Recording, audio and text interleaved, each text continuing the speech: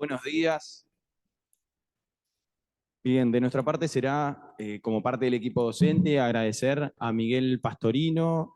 Seguramente lo hayan visto por la vuelta en la universidad. Él es docente, ¿sí? Pero además es especialista en el tema, ha hecho su tesis de maestría en este tema.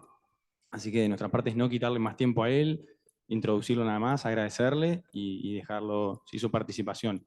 Luego de la participación tendremos un espacio de preguntas o comentarios en el final, así que, bueno, los invitamos a esto, ¿sí? A escuchar y a poder participar en el final.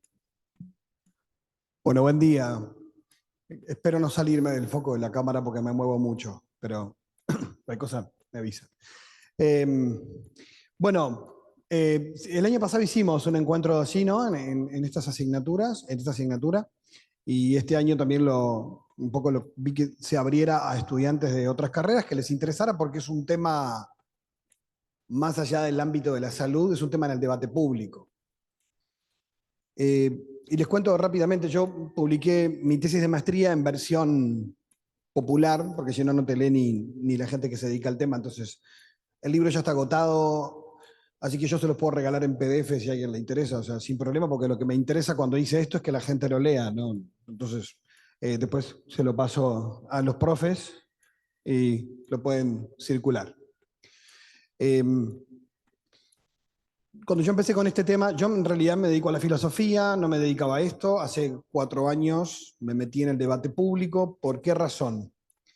Me invitaron de la Sociedad de Psiquiatría a discutir el tema de la eutanasia, a preparar un debate con un colega filósofo, porque querían una discusión desde la filosofía sobre los argumentos para sí o no por la eutanasia y sobre el proyecto de ley que se había presentado en Uruguay en 2020 durante la pandemia. Después del debate, con este colega, me di cuenta, habiendo preparado y estudiado el tema, cuando miraba la tele, escuchar disparates de legisladores, de médicos, de cosas que no eran ciertas, pero no porque mintieran, sino porque es un tema súper confuso. Y entonces ahí empezó como un tiempo de discernimiento, empecé la maestría en bioética, aunque ya estaba terminando mi doctorado en filosofía, y dije, yo tengo que tener formación jurídica y médica para poder meterme en este tema, y por eso la maestría me vino bien como una instancia de aprender de otras disciplinas. Y obviamente, como estaba el tema en debate, y lo hice en España la maestría, que ya tenían eutanasia legal, me sirvió para comparar los países donde ya esto es legal. Entonces, ¿por qué les cuento esto? Porque casi que mi incursión en el debate público sobre este tema y en varios debates en televisión y en radio, yo siempre decía, más allá de la postura, lo que más me preocupa es que la gente entienda de qué va. Porque mucha gente toma postura antes de entender de qué va. Y lo ideal sería que hoy en cualquier tema la gente primero estudie algo para después tomar posición. Hoy pasa al revés. Yo cuando publiqué el libro que se llama La eutanasia no es lo que parece, el título es ambiguo, que es lo que yo quiero comunicar, que la eutanasia no es lo que vos crees que es. La gente en Instagram y en X me preguntaban, qué bueno, pero ¿es a favor o en contra? Pero no es un partido de fútbol. Si ya arrancamos así, no se puede leer, no se puede pensar, porque no se trata de estar a favor o en contra. Se trata de entender de cualquier tema para después opinar. De hecho, yo fui cambiando mi posición a medida que fui estudiando, porque cuando empecé a saber los grises y la complejidad, empecé a saber que no es tan simple. Pero acá lo que importa no es mi posición, que la tengo, lo que importa es poder brindarles a ustedes un panorama interdisciplinario de la discusión, ver un poquito los argumentos que se esgrimen, ver la problemática, ver algunas cifras, bueno, y después intercambiar un ratito. Esto, como soy ansioso, me gusta contar lo que voy a hacer, también por los que son ansiosos como yo, para compadecerme un poco. Bien, vamos a lo primero. ¿Qué fue lo primero que descubrí en esta discusión? Vamos a pasar a la segunda ahí. Estamos con algunos temas técnicos, así que vamos a ir como scrolleando. Lo primero que descubrí es que en el Uruguay yo escribí un artículo que eran 7 mitos, pero para no aburrirlos lo bajé a 5 con ustedes. 5 mitos sobre la eutanasia, es decir, en el debate, en los políticos, en los que van a votar, en los que votaron, en el personal de salud, hay un montón de entreveros. Entonces, primeras cosas que yo descubrí y que después las dije en los medios durante 4 años, y los sesgos son tan imponentes que vos lo explicás. y te lo vuelven a decir como si no hubieras aclarado. Una cosa rara. Y después que dije esto no deberías volver a repetirlo, salvo que tengas un argumento para decir que no es así. Lo primero, la eutanasia, esto es un defecto filosófico. A la filosofía le es muy útil decir qué no son las cosas para decir qué son. O sea, en vez de una definición, vieron que no arranqué por una definición. Arranqué primero para decir qué no es. O sea, dejar fuera lo que no es. Primero, no son formas de eutanasia las voluntades anticipadas de oponerse a recibir tratamientos que prolonguen la vida en detrimento de la calidad de la misma. Esto en Uruguay tenemos una ley del 2009, la 18473, la pueden buscar, voluntades anticipadas, donde los pacientes tenemos derecho todos a que no nos alarguen la vida. ¿Esto qué quiere decir? Que a lo único que no nos podemos oponer es a los cuidados paliativos porque es el alivio. Ah, no, a mí no me alivien. No, no, o sea, es un deber humanitario aliviarte, que no sufras.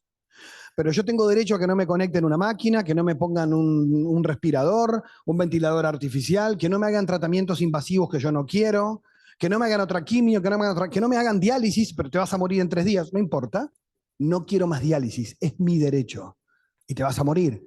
Sí, paliativos, sedación, tranquilo, y te morís en paz. Eso en Uruguay es legal.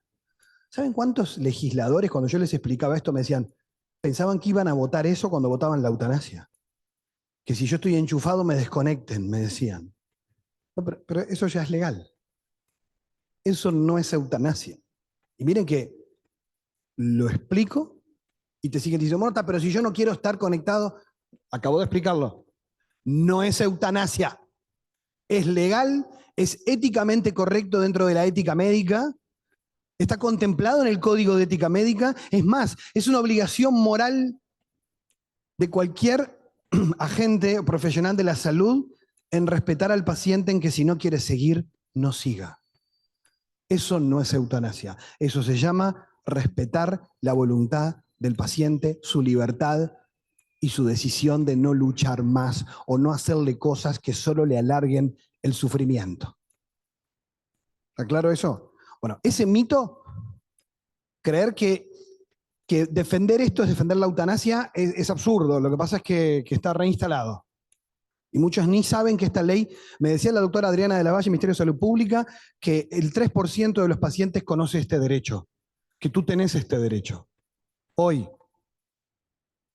Con lo cual algunos dicen, bueno, pero entonces, ¿qué es lo otro?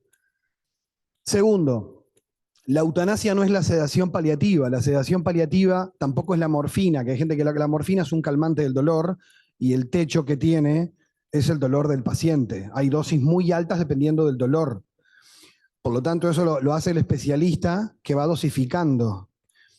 La morfina no mata a nadie. Eso es un mito que tienen los pacientes a veces cuando le empiezan a dar morfina y los parientes, la familia. Che, pero le empezaron a dar morfina. Pues ya está. Hay gente que tiene dolor crónico y consume morfina toda su vida. Indicada, ¿no? Hay gente que la consume no indicada, pero eso es otra discusión. Como el fentanilo, 100 veces más potente que la morfina. Pero la morfina no es un sedante, es un calmante. La morfina se utiliza. A mi papá ahora le dieron, estuvo con un dolor terrible por una trombosis que usó en la pierna y se asustó. Y me tocó explicarle a mi papá. Mirá que esto no es la parca, la morfina, tranquilo. Está. Pero dicho esto, porque se han dicho cosas en televisión horribles sobre la morfina. Entonces, la sedación paliativa son 3 fármacos, pero que apuntan a inducir un coma artificial o a reducir el nivel de conciencia del paciente para que no sufra en etapas terminales de la vida o a veces en momentos donde los síntomas son tan refractarios, es decir, no se manejan fácilmente y entonces se lo seda y después se quita la sedación y la persona se despierta y simplemente pasó un mal momento o para despedirse de un familiar lo llaman, le quitan la sedación, conversa y después lo vuelven a sedar. O sea que la sedación no mata a nadie. Antes sí, porque no se manejaba mucho y era como un doble efecto. Se hablaba del doble efecto. Bueno, tal, lo vamos a sedar, pero sabemos que esto le va a adelantar. Hoy, farmacológicamente, eso se sabe que no es así. De hecho, tú retiras la sedación y no se va a morir. Va a sufrir mucho. Entonces, el famoso cóctel que nuestros abuelos y mi papá también, y algunos sabrán, le dieron el cóctel, es una mala expresión sobre la sedación paliativa. Pero hay legisladores nuestros, senadores que han dicho, todos sabemos que a la gente le dan el cóctel y ya está. Eso es una expresión popular, un mito vulgar, que la gente se va para su casa con culpa de que le mataron al abuelo o al papá o a la mamá, los médicos con una inyección de sedación, que le llaman el cóctel, y eso es falso. Pasa que a veces hay mala comunicación médica, los profesionales de la salud que comunican como pueden, porque no, capaz que a veces no tuvieron formación en eso, y le dicen, bueno, mira, vení a ver a tu abuelo a despedirte porque después les vamos a dar una inyección que es una sedación que, bueno, ya diciendo. Y como no se anima a hablar claro, porque les cuesta hablar de la muerte y del sufrimiento, te lo dicen de un modo tan ambiguo que vos decís, o sea, me voy a despedir porque la inyección es pena de muerte, ¿no? O sea, inyección letal. Entonces vos decís, los médicos hacen eutanasia. No, hacen sedación paliativa. O sea que segundo mito, es falso que en Uruguay la eutanasia se practica en las sombras. Pasa que esto en el sistema de salud, yo me he encontrado con amigos que son personal de enfermería que te dicen, pero Miguel, el cóctel se da. Pero no es eutanasia. Es tan difícil, súper difícil. Y yo me encontré con que los uruguayos tenemos el mito de que los profesionales saben de todo. Y la idea yo tenía también, ¿no? De que el médico, si es médico, por algo es médico, sabe de su especialidad. Entonces, obviamente, como el abogado que sabe derecho administrativo no es experto en derecho penal. Entonces, también tenemos que tener esa contemplación con que el profesional de la salud no tiene por qué saber todos de cuidados paliativos. Ni siquiera del buen uso de opioides. Hay un estudio de que residentes de medicina en el Maciel no manejaban la escala analgésica de la OMS, que se supone que es básica, y no la manejaban bien. O sea que es un problema cómo aliviar a los pacientes. Dicho esto, entonces, la eutanasia no es voluntad anticipada, no es sedación paliativa. Lo opuesto a la eutanasia, esto va unido a la primera, no es la obstinación terapéutica. O sea, obstinarme con mantenerlo vivo no es lo contrario a la eutanasia. Decís una encuesta en el sindicato médico que preguntaba a los médicos, ¿usted está a favor de no alargar la vida de los pacientes? Sí, claro. Está a favor de la eutanasia. ¡Qué ridículo! La pregunta está mal hecha, o mejor, la conclusión. ¿Vamos claro por acá? ¿Sí? Siguiente mito. No es un tema religioso. Esto es como está instalado. Si estás en contra es por el motivo religioso. Bueno, puede ser que alguien por algún motivo religioso esté en contra, pero aún los documentos de los obispos uruguayos se oponen a la eutanasia por las mismas razones que se oponen ateos expertos en bioética, porque consideran que es contrario a la dignidad humana matar al paciente aunque éste lo pida, porque es una forma de legitimación del suicidio, pero de las vidas que consideramos menos valiosas. Ese es el argumento de la Iglesia. Dios puede no existir. Dios puede no existir y el argumento católico es que es un atentado a la dignidad humana. Después podremos discutir si podemos estar de acuerdo o no, discrepar o no con ese argumento. Pero es interesante porque en general a veces se dice, bueno, pero estás en contra por motivo religioso. Entonces yo siempre hago esta pregunta, que es un poco fácil, ¿no? Estamos en un país laico. Uruguay es de los países más laicistas del mundo. Nuestras leyes, si algo tienen, es que no se basan ni en el Corán ni en la Biblia. Estamos claros, ¿no? El Código de Ética Médica es del 2014. La mayoría de los médicos en Uruguay estadísticamente creo que son ateos. El Código de Ética Médica condena la eutanasia. Nuestro Código Penal condena la eutanasia. ¿Por qué? ¿Por motivo religioso? No, porque es homicidio. Me pasó en un debate de televisión. Claro, si se llegara a legislar, deja de ser delito. Pero es un tipo de homicidio que deja de ser delito. Hay que tenerlo claro. Porque es un homicidio a petición del paciente. Pero por algo es delito. Entonces no es delito por motivo religioso. A ver, vamos a ver ahora después. Podemos estar de acuerdo con el suicidio asistido, que es un poco más leve que la eutanasia. Pasa que choca más políticamente. Pero el suicidio asistido respeta mucho más la libertad de la persona que la eutanasia. Vamos a ver por qué. Y en los países donde es legal el suicidio asistido, como Suiza, escala menos a nivel de crecimiento en números. Entonces una cosa es la libertad de la persona Y otra cosa es cómo se tipifica la eutanasia. Y lo otro es que si es delito bueno, la pregunta que yo me hago, ¿por qué es contrario a la ética médica? El problema ahí es que la eutanasia como tal, ¿qué es? Es dar muerte al paciente con una inyección letal o un fármaco con una sustancia letal. Me pasó en un debate de televisión que una persona que es activista pro eutanasia me dijo, bueno, Miguel, ¿por qué decís matar? ¿Por qué usas ese lenguaje? ¿Y le vas a regalar un pasaje al Caribe? ¿Qué es lo que pasa cuando tú haces eutanasia? Le provocas la muerte a la persona. Eso dice el proyecto de ley. Provocará la muerte. ¿Y eso qué es? ¿Regalarle una hamburguesa o matarlo? No sos un asesino. No, no, no, no. No estamos llamando asesinos. Estamos diciendo que es matar. Pasa que hoy está de moda porque choca usar eufemismos en el lenguaje. Decimos fulanito perdió la vida. No, se murió. Porque no, si perdés algo lo puedes encontrar. Si perdés la vida no la encontrás más. Entonces, la desaparición física, no, una cosa es un desaparecido. Si se murió y sabemos dónde está el cuerpo, ¿no? O sea, vieron que usamos el lenguaje a veces como para que quede más dulce, pero hay que ir a los conceptos. ¿Qué quiere decir eutanasia? Bien. Y el otro mito es que dicen que se trata de una cuestión de libertad individual. Y no es cierto. Si fuera una cuestión de libertad individual, legislaríamos el suicidio asistido, que la gente tenga ahí la sustancia a mano y si quiere acabar con su vida, es dueña de su vida. La eutanasia se trata de que un tercero decida si te da eutanasia, el poder médico decide si te da eutanasia o no, y en segundo lugar lo hace él, no lo haces tú. Entonces hay un problema porque hay un tercero que tiene que entrar en el juego, con lo cual no es una decisión individual, es una decisión en la que tiene más peso el otro que yo. No, pero yo lo pedí. Sí, sí, claro. Ahora vamos a ver. Es mucho más complejo, sobre todo cuando uno ve el proyecto de ley. Bien, pasamos a la siguiente. Ahora sí, rápidamente, ¿qué es la eutanasia? El término en griego quiere decir buena muerte, pero ya los estoicos cuando hablaban de buena muerte se referían al deseo de morir sin sufrimiento. No era la eutanasia de hoy.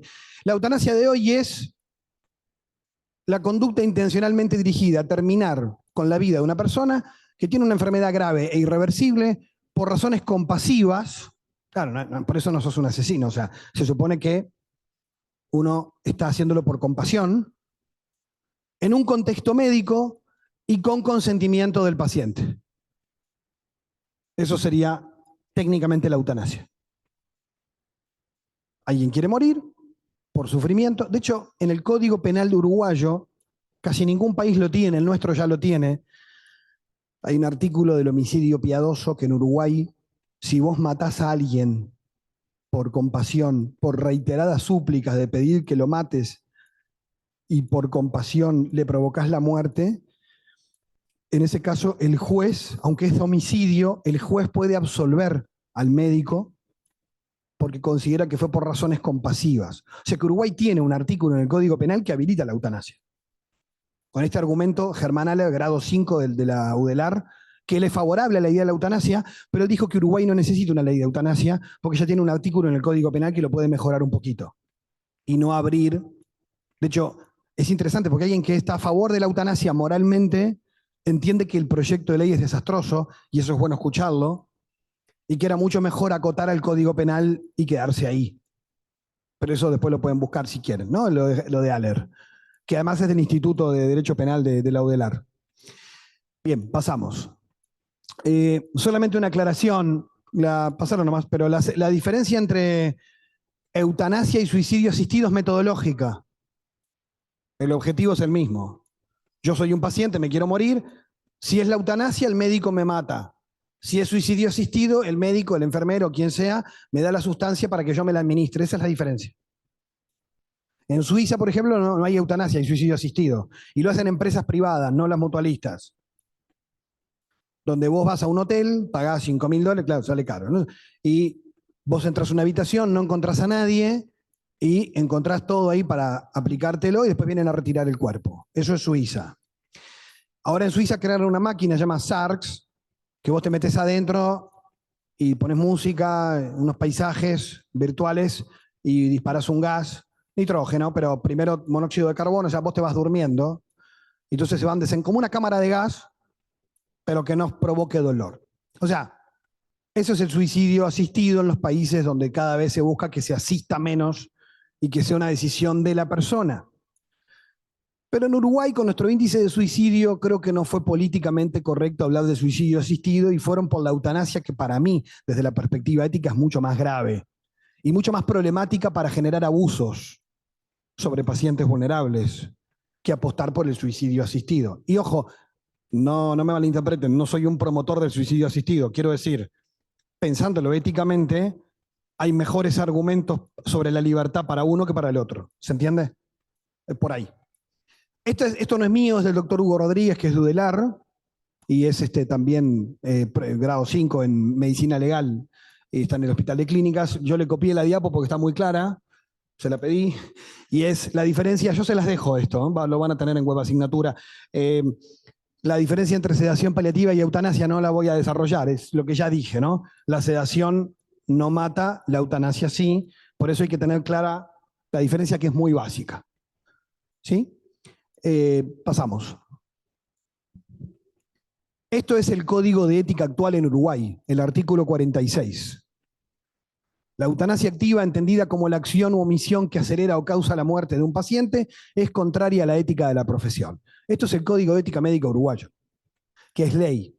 Por lo tanto, si tiene que haber ley de eutanasia, tienen que derogar este artículo a los médicos y se lo tiene que hacer el Parlamento, lo cual es éticamente complicado porque el Parlamento va a meterse con un código de ética profesional. Esto genera un debate intenso, que no es el tema de esta charla, pero sepan que esto está prohibido para los profesionales. O sea que aunque haya una ley, tienen un problema con su profesión.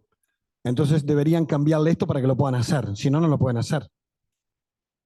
Igual el proyecto de ley lo arregló un poquito. La eutanasia puede ser practicada por el médico o alguien a su orden. Entonces marcha la enfermería. Pero bueno, ahí habría que ver el código de ética de enfermería. Pasamos. Esto ya lo aclaré, pero se los dejo para que quede claro la cuestión. ¿Qué dice la ética médica? Y esto me refiero a todos los códigos deontológicos y la Asamblea Médica Mundial. Que estar en contra de prolongar la vida y el sufrimiento no significa estar a favor de la eutanasia. Los dos extremos son cuestionados por la ética médica. Se considera que es tan inhumano alargar el sufrimiento como adelantar la muerte. Porque la misión del médico está en curar y si no puede curar, aliviar. Pero no, él no está para decidir alargar la vida del paciente en contra de su voluntad. A veces la familia presiona. ¿Qué más podemos hacer, doctor? Y el tipo está crucificado ahí. Déjenlo morir tranquilo, ¿no? Entonces, a veces también la presión familiar incide en esto, ¿no? Entonces, el médico no tiene derecho ni a prolongar la vida indebidamente, pero tampoco tiene derecho a cortarla indebidamente. Eso es un poco lo que está desde la ética médica. Y algunos plantean en los medios esto de que los cuidados paliativos y la eutanasia se oponen o son complementarios. La respuesta es depende. Depende de la perspectiva. Si te parás de la perspectiva de los cuidados paliativos, se oponen. Porque el cuidado paliativo no está en su misión matar al paciente, sino aliviarlo. Y darle una muerte en paz. Asegurarle eso. Una calidad de vida hasta el final, no alargar la vida. En cambio, desde la perspectiva del paciente, puede ser claro decir, bueno, yo quiero cuidados paliativos, pero también quiero eutanasia. Eso pasa en los países donde es legal. El problema, como veremos, tal vez es el problema más difícil de plantearlo como una opción, porque a mí algunos legisladores me decían, bueno, Miguel, pero que cada uno elija.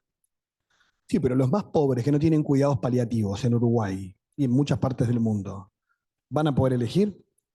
Si vos no tenés el alivio que mereces y que el Estado tendría que asegurarte, si vos no tenés el alivio, claro, como estás sufriendo, te ofrecemos la muerte. Pero eso no es algo injusto. ¿No sería justo que a todos tuvieran el alivio? Y si tuvieras ley de eutanasia, bueno, ahí sí hablemos de elección. Pero si no hay alivio, hay un problema de justicia.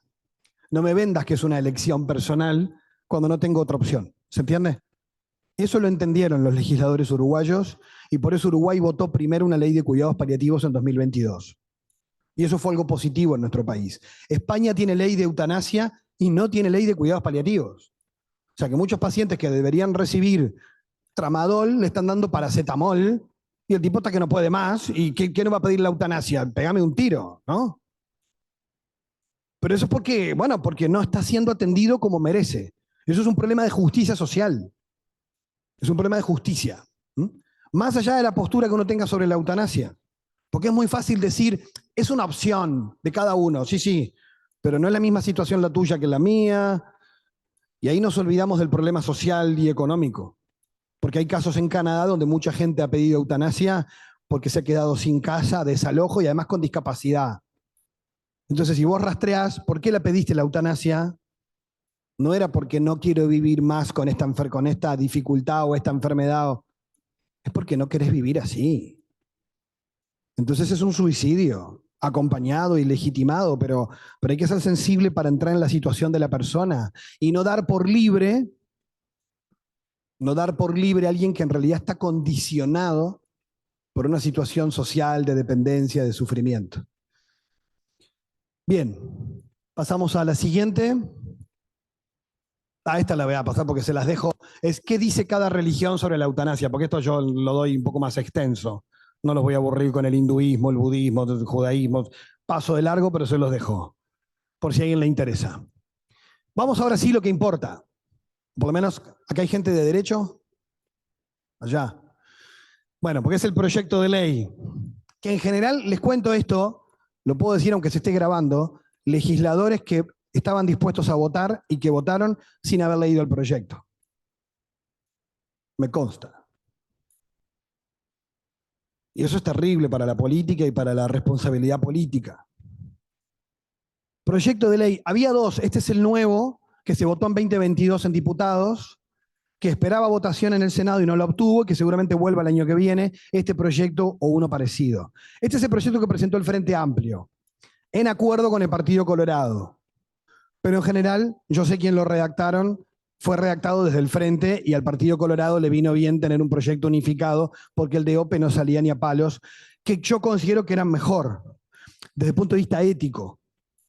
El proyecto de OPE Pasquet, el primero, era mucho más riguroso, mucho más jurídicamente más prolijo. Este proyecto, lo digo sin ánimo de, que no es una mera opinión, lo van a ver, me parece una defecio. Y fue el que se votó. Donde acá el que más paga es el paciente. Fíjense, el artículo 1 dice la presente ley tiene por objeto regular y garantizar el derecho, lo plantea como derecho, de las personas a transcurrir dignamente el proceso de morir. Eso ya está legislado, ya les conté. Cuidados paliativos, voluntad anticipada, derechos del paciente, ya está. Pero ni se sabe que hay leyes así. El artículo 2 me parece el más complicado de todo el proyecto de ley. Lo leemos despacio. ¿Puedes subirlo un poco? Sí, ahí. Está. Toda persona mayor de edad, psíquicamente apta, que además no hay psicólogo ni psiquiatra que pueda validar esto. Simplemente el tipo no tiene una discapacidad cognitiva que simplemente le permite poder decidir algo. Que curse la etapa terminal de una patología incurable e irreversible. Esto es lo que todo el mundo cree, que se trata de pacientes terminales. Todo el mundo cuando te pone argumentos en la tele, pero bueno, pero si te estás muriendo y te quedan... Igual podemos discutir sobre eso, pero hay una O, que yo jorobo digo las malditas O de este artículo, que pasan desapercibidas. O sea, olvídate de la terminalidad, que como consecuencia de patologías o condiciones de salud, ¿condición de salud qué es? También discapacidad. ¿Se dan cuenta? Condición de salud incurable, ahí entran no solamente las patologías crónicas, también entran las formas de discapacidad. Condiciones de salud incurables e irreversibles. O sea, entra todo el bendito mundo en el artículo 2. Yo soy hipertenso, entro ahí, una enfermedad crónica. Claro, debería sufrir por esto. Acá se agrega, pero la discapacidad esto es letal. padezca sufrimientos que le resulten insoportables. Eso es súper subjetivo. Súper subjetivo. ¿Qué es un sufrimiento insoportable para alguien donde hoy la farmacología le puede aliviar cualquier dolor físico? ¿Es sufrimiento emocional? ¿Es sufrimiento psicológico? Llámenle sufrimiento espiritual, como quieran. Pero si hay solución al dolor físico, la insoportabilidad del sufrimiento es súper subjetiva. ¿Quién va a evaluar eso? Ahora van a ver quién lo va a evaluar. En todos los casos con grave y progresivo deterioro de su calidad de vida. ¿Cuál es la calidad de vida?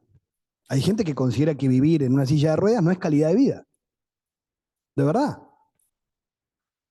Entonces son todos argumentos que a esto le dio con un caño a todo el mundo, ¿no? La FEMI, el colegio médico, todo el mundo advirtió, no lo tocaron, se votó así.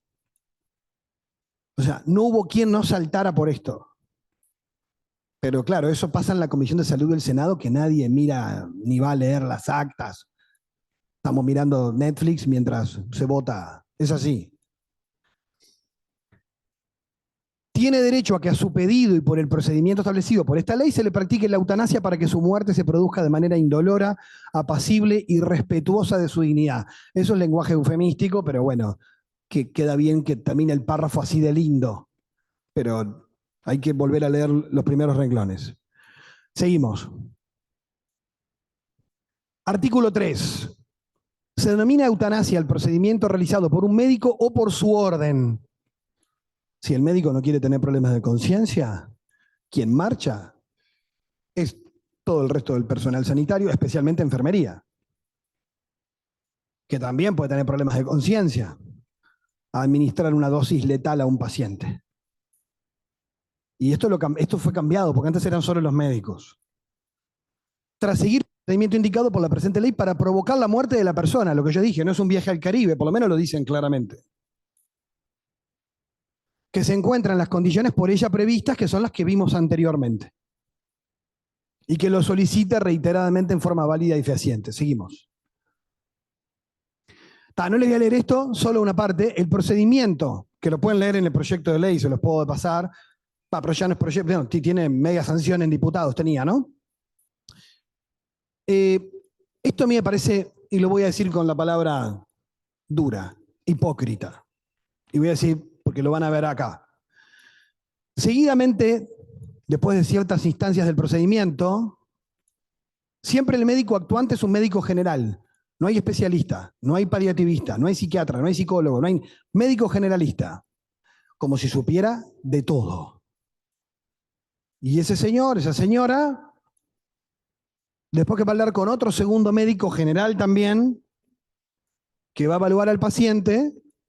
Y miren esto, seguidamente el médico actuará, dialogará con el paciente, le dará información acerca de los tratamientos disponibles, incluidos los cuidados paliativos, y verificará que la voluntad que él expresa sea libre, seria y firme. O sea, te voy a informar que existen los cuidados paliativos, no te los voy a asegurar.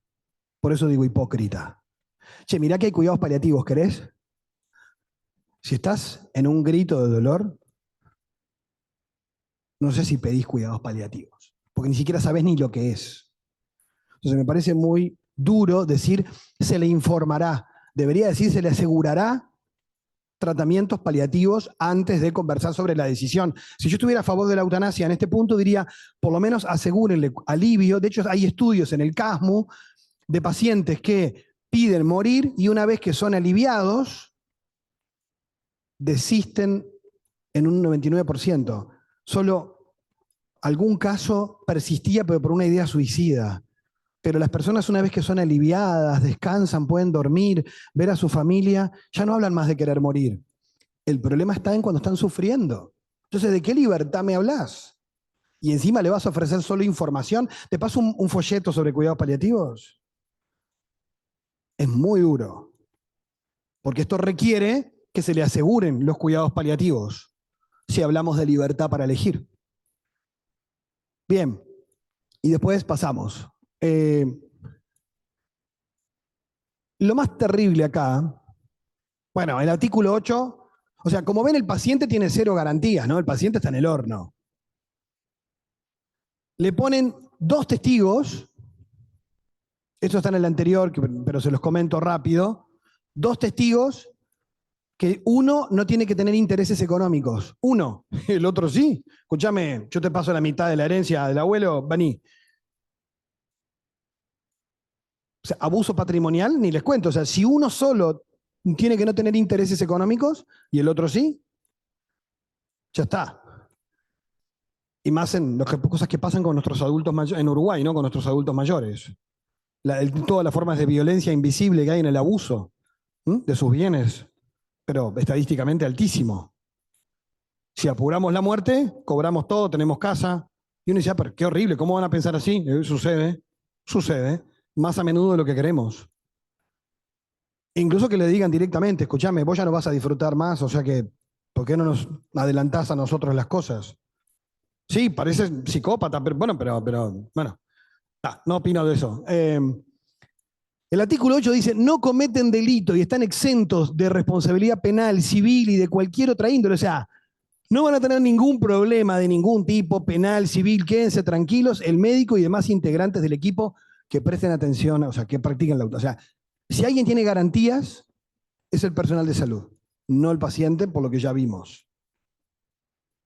Y después, esto me parece el monumento a la posverdad. Saben algo de posverdad, ¿no? O sea, llamar a las cosas,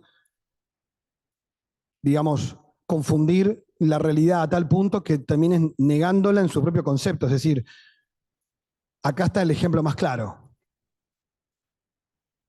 El proceso previsto en la presente norma, o sea, la eutanasia, ¿no? Ese es el proceso previsto, será considerado a todos los efectos como muerte natural.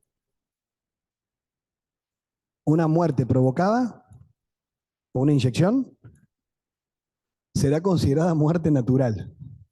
Sí, pero ¿y cómo? Primero, no vamos a tener estadísticas de eutanasia, porque todos va a figurar que murieron por muerte natural. Y imagínate eso, ¿no? No, murió de muerte natural. Un amigo ahí le pasó una inyección, amigo médico o enfermero. Eso, yo pregunté a un diputado por esto. ¿Saben lo que me contestó? La verdad, las aseguradoras, los seguros de vida no te pagan si fue por suicidio. Entonces, con la eutanasia podría haber problemas para que la familia cobre el seguro de vida. Entonces tiene que aparecer que fue por muerte natural. Ah, qué bien. Gracias por el dato. Porque claro, la aseguradora dice, ahora todos entran a pedir eutanasia, tenemos que pagar, ¿no? O sea. Y esto fue tremendo. Artículo 12. Créase una comisión honoraria de revisión que tendrá como objetivo la revisión de los procedimientos realizados. Y esta comisión, ¿pasa? Creo que, no lo pongo, deja esto nomás. Pero esa comisión es post-mortem. En España, la comisión de garantías es previa a la eutanasia. Si vos pedís la eutanasia, hay una comisión con asistente social que va a tu casa, que mire que al viejito no lo estén manipulando.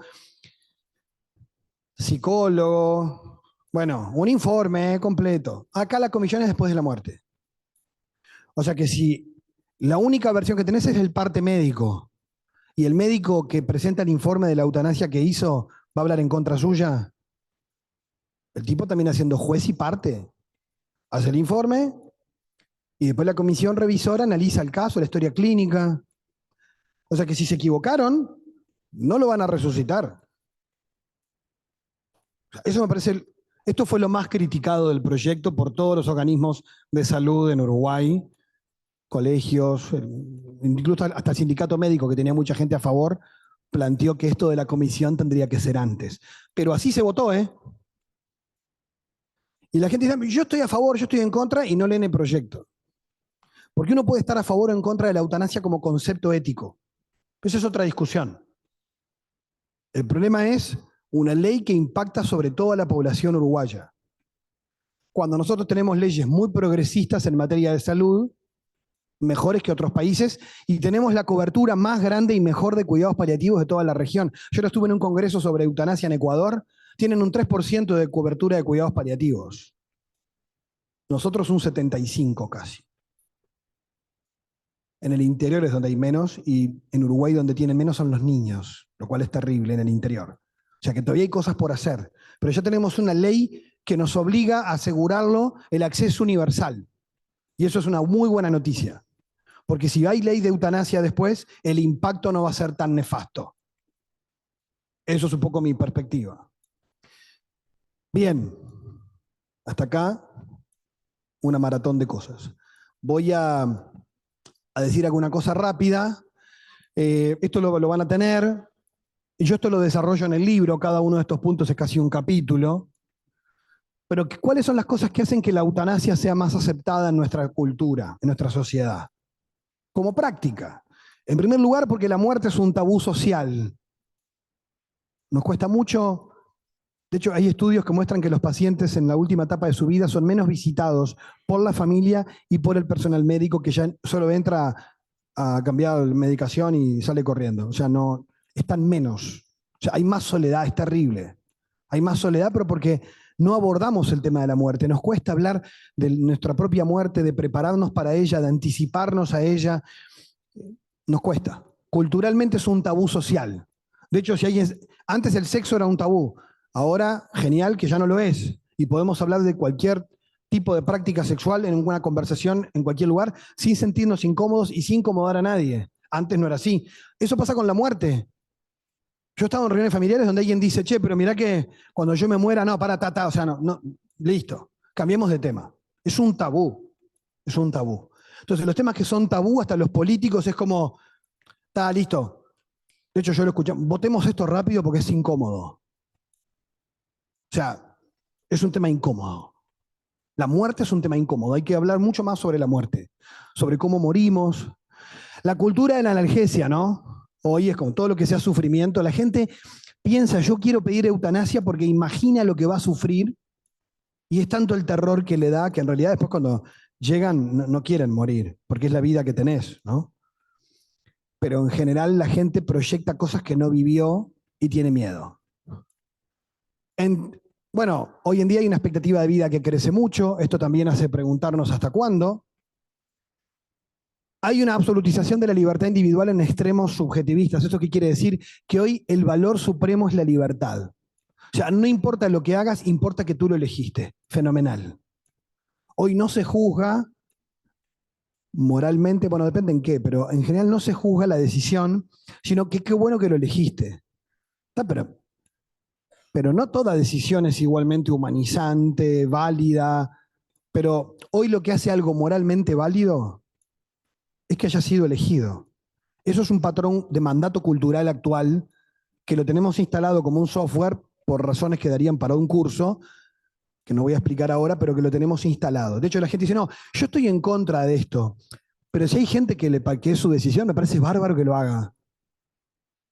Por ejemplo, no sé, que no mande a sus hijos a la escuela, que no los vacune. Bueno, pero es su libertad. ¿Y no te importa? O sea, tú no le vas a imponer al otro nada, pero no. ¿Te parece bien?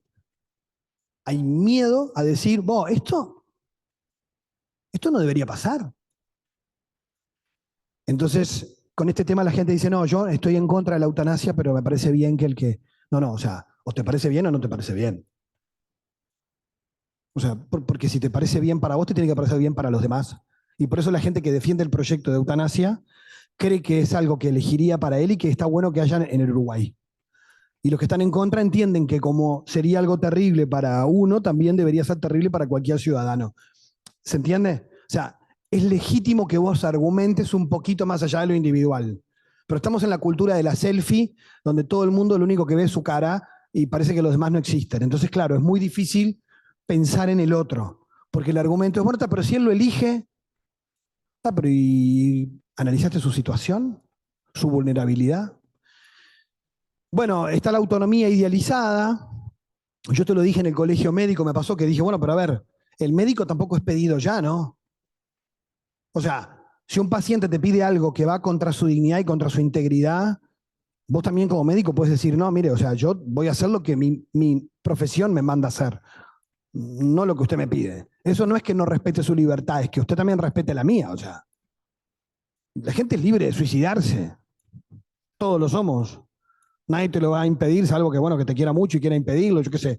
Pero en general, ahora, pedirle al médico que tenga que convertirse en el que mata a su paciente éticamente es mucho más complicado. Y que encima lo sienta como un derecho del paciente y una obligación del médico. Porque en esta ley se establece como servicio de salud, como prestación. Por lo tanto, si es un derecho, el sistema tiene que asegurarlo. Alguien lo va a tener que hacer. O sea, entonces, y por eso hay objeción de conciencia. Porque uno debería poder oponerse a esto. Y después, la dignidad humana se reduce a calidad de vida, es decir, a que una vida digna depende de la calidad. Entonces, en realidad, las vidas humanas, parecemos que volvemos a la época antes de la Segunda Guerra Mundial. Las vidas valen no porque son seres humanos, sino porque si tiene una vida horrible, lo mejor es que se muera.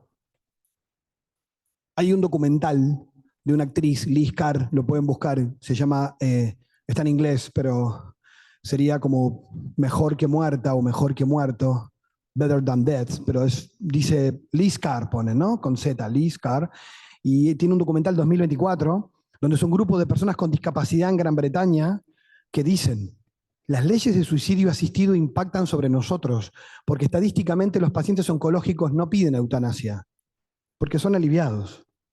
Pero las personas que tienen una vida por delante muy limitada y que en la sociedad sus seres queridos incluso le dicen, yo si estuviera en tu lugar, lo pensaría. Porque en el fondo, aunque no discriminamos a nadie y somos reabiertos, decimos, yo si estuviera en tu lugar, entonces somos súper empáticos. Y en realidad estamos despreciando la vida del otro porque entendemos que no es vida. Y ella lo dice, si ven a alguien tirarse en un puente que lo ven sano, llaman a los bomberos.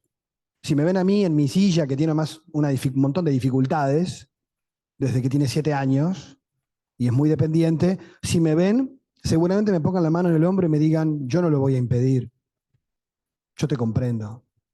Entonces ella dice, estas leyes al público objetivo al que apuntan, no con intención, pero culturalmente, es a la discapacidad. Y de hecho, hoy Canadá, ahora vamos a ver las cifras, se ha disparado porque es el país que legalizó la eutanasia mucho más tarde que Holanda y Bélgica en 2016, y claro, es el único país que la abrió a personas con discapacidad. Se le disparó. Vamos a ver ahora y bueno, el artículo uruguayo la incluye, que es lo que no quieren ver. Vamos a pasar a las últimas, porque esto si no les doy a dar una data de novela que no me da el tiempo. Se los dejo. Seguimos. Creo que tenía para rato, ¿no? Pero no los voy a embolar. Seguimos. Ahora después voy a volver a esta, pero vamos al final. Esto. Bájame un poco ahí, un poco más. Ahí, un poco más. La línea verde, la que se dispara, es Canadá. ¿Ven? Empezó la eutanasia legal en el 2016. Hoy llega a 13.000 y pico de personas por año que la piden. Empezaron 120, 200. O sea, 2016 a 2022 las cifras se dispararon y el gobierno de Canadá publicó los millones de dólares que se ahorró, agradecidamente, el sistema de salud desde que tienen la eutanasia. O sea, es público esto, y lo dicen bien, como qué bueno que la gente decida no, en sus últimos años de vida no quitarle, no darle tanto costo al sistema. Bélgica y Holanda fueron los primeros que empezaron en el mundo, en 2002. Pero igualmente empezaron con cientos de casos y de hecho Holanda ya supera los 9.000. Y Bélgica también ha subido, no tanto como los otros, se mantiene por los 3.000 y algo de casos, más o menos aproximadamente. Yo después les dejo pasar la siguiente, no lo vamos a leer ahora, para que vean la tabla de las cifras. Número de muertes por eutanasia o suicidio asistido están unidas en Holanda, Bélgica y Canadá. Bajamos un poco a la última cifra abajo del todo, de esa diapo. Ahí vamos, desde el 2002, ¿ven? Ponele, Bélgica tenía 24, Holanda 1882, pero ya pasás al 2009, 2600. Seguimos bajando y como tenemos en el... Bueno, ahí está. Canadá, 13.241 en 2022. Y Bélgica, casi 3.000, 2.900. Y Holanda, 8.700. Ya. Pero ¿saben cuál es? Esto no es un argumento. Mucha gente dice, bueno, ¿y cuál es el problema? Si la gente en vez de morir de vieja muere por eutanasia. Ojo, porque legítimamente uno puede argumentar esto.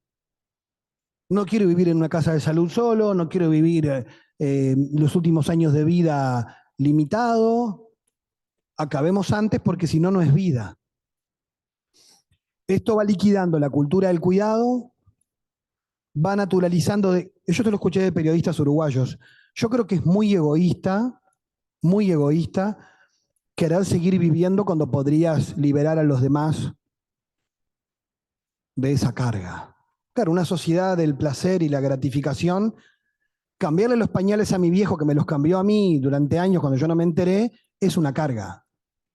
Bañar a mis viejos o a mis abuelos cuando me bañaron a mí cuando yo no podía ni caminar durante 2 años y quedaron descalabrados, no puedo. Porque en realidad nosotros nos humanizamos en la medida en que cuidamos al otro.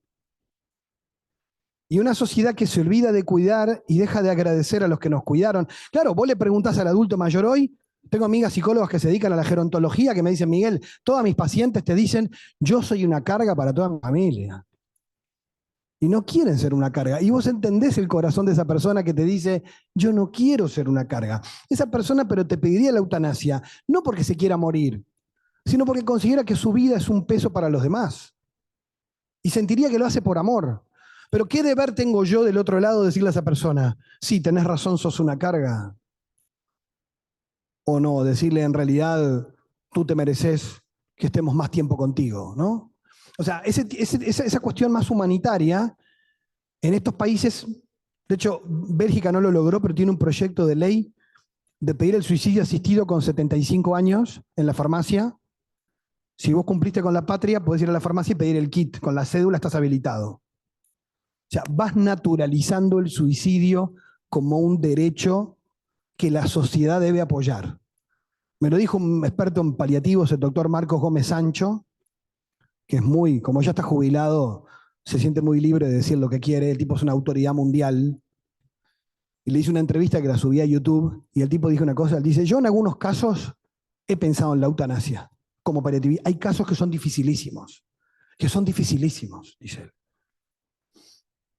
Pero el tema es que si hay una ley, siempre entra mucha más gente que no tendría que entrar. Es muy difícil. Dice, y cuando entra una ley de este tipo, y él que dice que en algunos casos podría estar a favor, en algunos pocos casos, dice, sería como pedirle a los bomberos que cuando van a ayudar a alguien que se va a suicidar, en vez de ayudarlo a salvarlo vida, le digan, ánimo, como si fuera un héroe, tirate que te vamos a aplaudir cuando caigas, ¿no? O sea, como, vamos arriba, que es tu libertad. ¿Quién se imaginaría así un cuerpo de bomberos animando al suicidio a alguien? Bueno, dice, el problema es cuando esto se vuelve culturalmente válido, invertimos el valor de la vida del otro. Ese es el punto. Y que no hay mala intención. Porque yo lo he dicho muchas veces, el que está a favor de la eutanasia no quiere matar gente. Y el que está en contra no quiere obligar a nadie a sufrir ni a vivir. Eso es absurdo. En realidad es que no nos ponemos de acuerdo qué hacer con el sufrimiento. ¿Cómo lo liquidamos? ¿Acabamos con el sufrimiento con lo que tenemos disponible o acabamos con la persona para acabar con su sufrimiento? Esa es la pregunta. Esa es la pregunta que la sociedad se hace cuando se proyecta en una ley de este tipo. Te voy a pedir volver a una diapo y con esta cierro, porque si no ocupo todo el tiempo. Acá, perdona, abajo. Abajo. Esa. Esto es un poco lo que yo pienso, es opinión personal, pero convencido. ¿Qué se le propone al Estado con un proyecto de eutanasia? Que en lugar de mejorar las condiciones de vida de los más vulnerables, les propone un nuevo derecho, que puedan pedir que los maten cuando sus vidas ya no tengan ningún sentido ni valor. Es un derecho. ¿Cuánto de esto tiene detrás injusticias sociales invisibilizadas de las que no nos queremos hacer cargo? Ese creo que es para mí el gran problema, el negar el problema social. Y entonces, en lugar de prevenir el suicidio, se lo termina promoviendo culturalmente como una opción que deberíamos apoyar empáticamente, pero no para todo el mundo. solo para las vidas que la sociedad considera que son menos valiosas y si ellos lo piden, los acompañamos. Creo que eso nos hace menos progresistas, en el buen sentido de la palabra, de progreso, no por izquierda o derecha, ¿no? De progresar humanamente. De hecho, el doctor Tabaré Vázquez, como médico, utilizaba una cita que no es de él, que algunos atribuyen a Luther King, pero es anterior, que es tradición en la filosofía política, que es que un pueblo progresa. O sea, uno puede ver el nivel de progreso de un pueblo por cómo trata a sus miembros más pobres y más vulnerables. O sea, el progreso de una sociedad, vos lo ves por cómo esa sociedad se hace cargo de los que más sufren y de los más pobres. Es interesante que el Partido Comunista en Portugal se opuso a la eutanasia por motivos ideológicos, porque dice, esta es la herramienta capitalista para acabar con los pobres más rápido.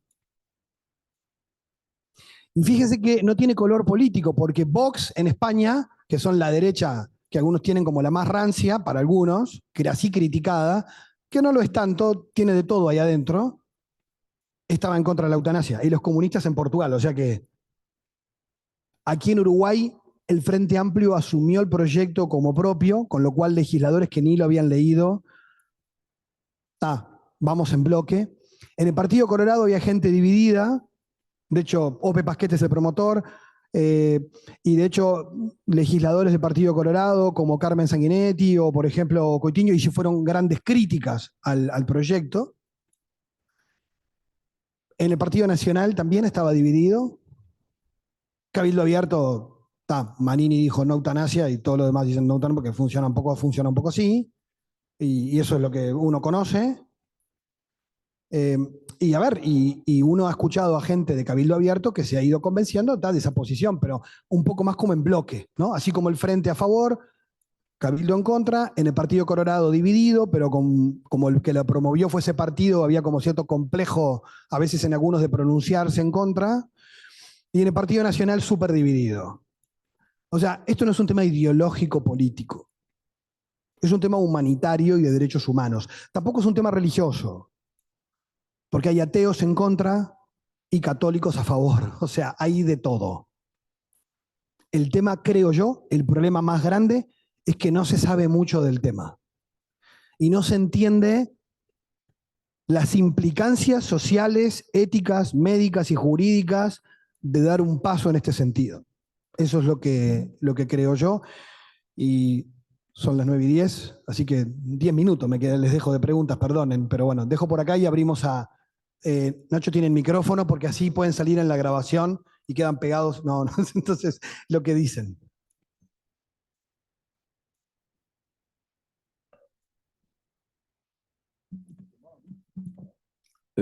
Ahí.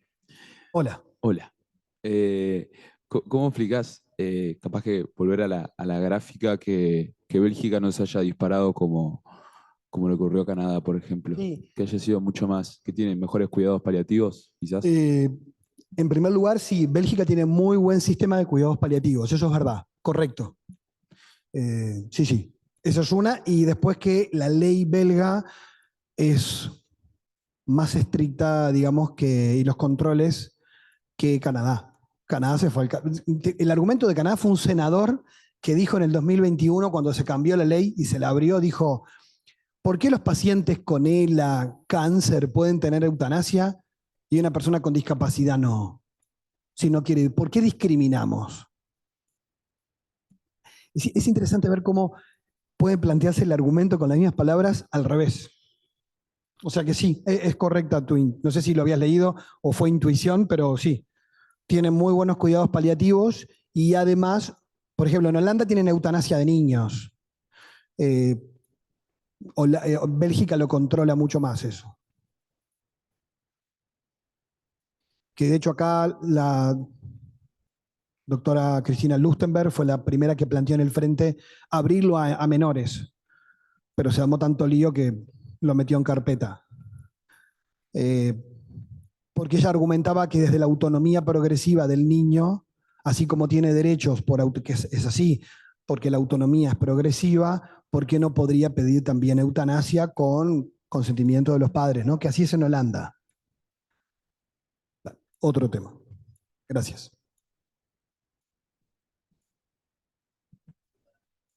A vos. Hola, soy Mónica. Bueno, en primer lugar quería agradecerte por la charla, me resultó súper interesante. Me gustó mucho eso que dijiste, de que hay que tener información para después, independientemente de qué postura tengas, estar informado y tener como un pensamiento crítico. Y me deja pensando muchas cosas esta charla, más allá de que tengo cierta postura frente a esto. Lo que me pregunto es, y en el mientras tanto, porque entiendo y comparto todos los argumentos que tú das de lo que el trasfondo social que hay muchas veces, ¿no? De ser una carga, de un montón de cosas que quizás si se resolvieran, podría descender esas cifras o esa intención de tener una eutanasia, pero eso, hay tantos cambios que hay que hacer y llevan tantos años que digo, en el mientras tanto, lo que me pregunto es, esas personas que están sufriendo y que están pasando mal y que se están sintiendo una carga y que, ¿no? ¿Qué se hace con eso? Porque en definitiva entiendo que hay que hacer muchas modificaciones en ese proyecto para dar más garantías desde todos los ángulos, desde los médicos, desde la familia, de que haya una asistencia previa con psicólogos y demás, como que le falta muchísimo a ese proyecto, pero no sé, por otro lado, como que, ¿no? En el mientras tanto que Sí, entiendo, el mientras tanto. porque hay personas que con determinada edad y con ciertas características no hay nada que puedan hacer, y si deciden que ya su vida no tiene un propósito, no hay Claro. nada en el entorno que se lo pueda dar. Sí. Entonces, Acá, ante eso, tengo dos posibles respuestas que no son definitivas. Creo que el contexto hace mucho la diferencia. Ahora en Ecuador tienen un 3% de cuidados paliativos, están en el horno. Entonces, cuando vos ves Ecuador y su sistema de salud, capaz que yo entendería más en Ecuador el decir, che, tengamos eutanasia porque esto es un infierno, ¿no? Por más que uno pueda discrepar de fondo, entendés que el contexto de un flagelo en ese sentido puede llegar a ser un argumento atendible. En Uruguay yo creo que no. ¿Por qué? Porque tenemos la mejor cobertura de la región, porque si bien hay carencias, entiendo que las leyes que tenemos son lo mejor que tenemos, entiendo que el sistema integrado de salud permitiría y permite muchas cosas si se hacen bien, de que hoy no es tolerable que un paciente en San José no pueda tener morfina porque tenga un cáncer de mandíbula, o sea, ¿cómo ha pasado? Entiendo que siendo nosotros los poquitos que somos y teniendo los recursos que tenemos, es injusto que digamos, como no puedo atenderte, vamos por esta opción. Me parece que hay que insistir mucho más en justicia y en que sí tenemos los recursos, porque no es una utopía, para poder hacerlo bien. Eso en primer lugar. Y en segundo lugar, no sé si vieron la película de los hermanos Ponce León, Hay una puerta ahí, que estuvo en el cine todo este tiempo. Es un caso verídico del contador Fernando Sureda, que era dirigente de Nacional, que tuvo ELA, esclerosis lateral amiotrófica, fue un caso mediático, el tipo promotor de la eutanasia, fue el que habló con Ope Pasquet, y el tipo accedió a cuidados paliativos con el doctor Enrique Benito desde España por Zoom. La película se basa en el Zoom. Y lo interesante es que Sureda muere estando a favor de la eutanasia, ideológicamente, pero confesó en una entrevista, si hoy fuera legal ya para mí no la querría, porque conocí los cuidados paliativos. Y el tipo, su proceso de deterioro con el ELA, que para él era una vida sin sentido y absurda, porque él no quería que lo cuidaran, que lo bañaran, que lo limpiaran, y no podía ni tomarse un whisky solo, que se lo podía tomar después con ayuda, hasta el final. Lo que muchos dicen es, bueno, claro, si hubiera existido ley de eutanasia en el 2020, Sureda no hubiera vivido ese proceso de aprender a ser vulnerable, de dejarse querer por sus hijos, de bajarse la guardia, de que la vida sin sentido merece resignificarse. Porque hay historias en cuidados paliativos donde en los últimos 2 años de vida hay matrimonios, esto lo contó la doctora Adriana de la Valle, como paliativista, me decían en un encuentro, que dijeron nuestros mejores años de matrimonio fueron los últimos 2 años en cuidados paliativos. El criterio de, pero ¿y qué sentido tienen los próximos 6 meses, el próximo año? Bueno, ¿y qué sentido tienen los próximos 20? ¿Qué sentido tiene cada día si no lo cargamos de sentido? Entonces, Yo creo que el riesgo está en pensar que como le queda poco no tiene sentido. Y en realidad, cualquiera de nosotros se puede morir hoy. El tema es cómo estoy viviendo ahora, cómo está viviendo, si mi vida tiene sentido hoy. Y es verdad que muchos ancianos abandonados, mirando la pared o la ventana, solos, pero ¿por qué? ¿Por qué nosotros terminamos convirtiendo la vejez en eso? ¿Por qué la gente tiene miedo a envejecer? Porque tiene miedo a quedar sola. Lo que pasa en Holanda, por ejemplo, es que la gente, cuando sabe que ya va a ir a un asilo, pide la eutanasia, sin enfermedad. Porque también estás diciendo, pero si para vivir una vida así, y ese para mí es el riesgo, culturalmente pensarlo es el riesgo, es no decir, no, pará. Hay personas que con patologías, hay 2 tesis doctorales en España y un equipo de investigación sobre el deseo de adelantar la muerte que muestra que el deseo de morir no tiene que ver con la enfermedad ni con el deterioro, si es EPOC, si es ELA, si es un cáncer, sino que la decisión tiene que ver con el entorno asistencial y afectivo familiar. O sea, la gente que tiene un EPOC y se siente amada, valiosa y acompañada, no piensa en la muerte. La gente que tiene un EPOC y que depende de un tanque para respirar y encima mira la pared todo el día, solo piensa en morir. Entonces el problema es un tema de respetar libertades o de preguntarnos las causas, ¿no? Entonces yo creo que hay que atender a las causas, como hacemos con la prevención del suicidio. Porque, y ahora mi postura personal, por más que se mejore esto, que yo quise aportar a la mejora del proyecto, porque entiendo que aunque yo esté en contra por principio a cualquier forma de eutanasia, porque entiendo que los cuidados paliativos te pueden asegurar una muerte pacífica y sin dolor si se hacen bien, y no tenemos que matar a nadie.